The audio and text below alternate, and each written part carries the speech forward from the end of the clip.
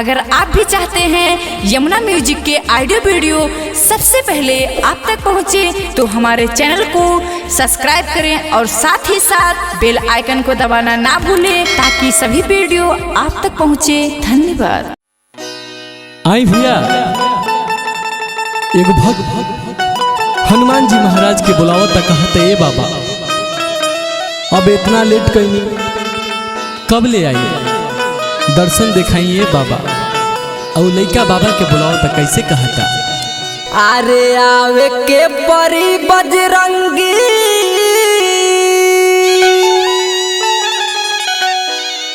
आवे के परी,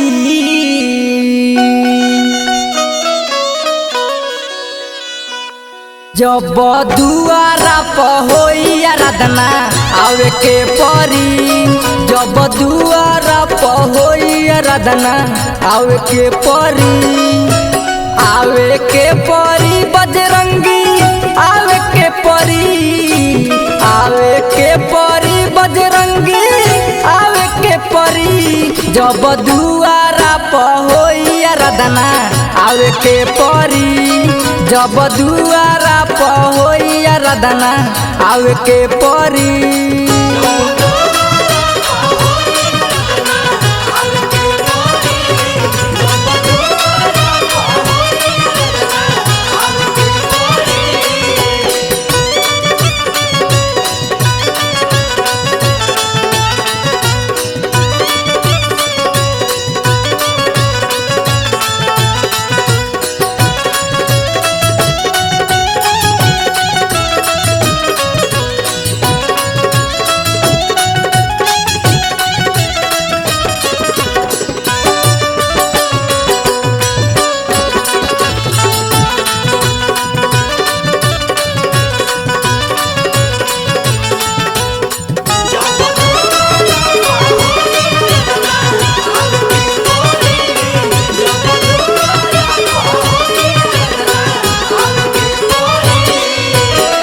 मंडप सजौले बानी, काला सार खवले बानी,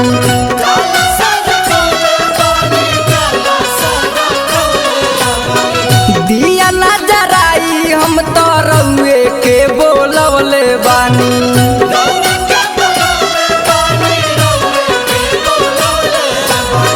मंडप सजौले बानी, काला सार खवले बानी, दिया ना हम तो रउए के बोलवले बानी, आवे के परी बजरंगी, आवे के परी, ए बाबा रउए के बोलावतानी, आवे के परी बजरंगी, आवे के परी, जब दुआरा पर होई आराधना आवे के परी, जब दुआरा पर होई आराधना आवे के परी।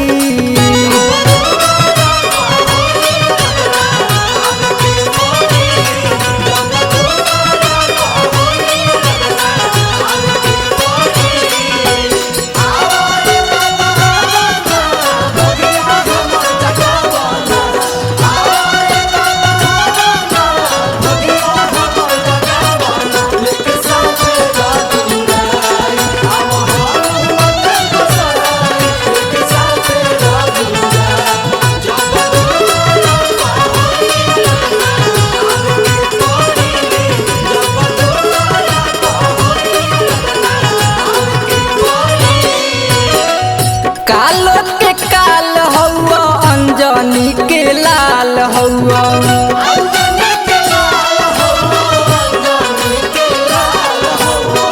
वीर बलवान तू तो राम के दुलार हौवा,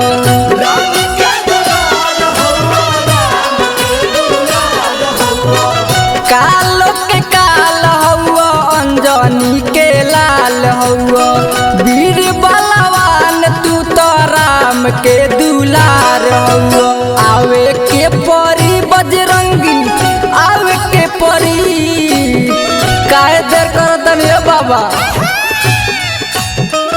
आवे के परी बजरंगी, आवे के परी, जब दुआरा पर होई आराधना आवे के परी। जब दुआरा पर होई आराधना आवे के परी।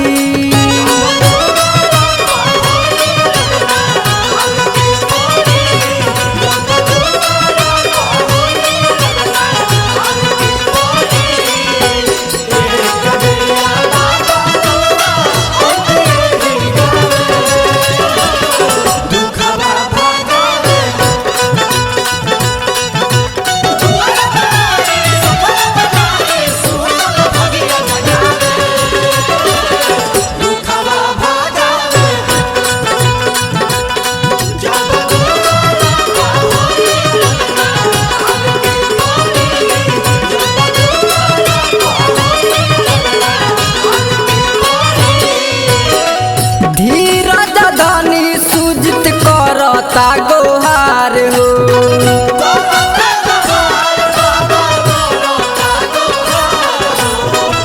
माइकल मुन्ना के बाई है पुकार हो।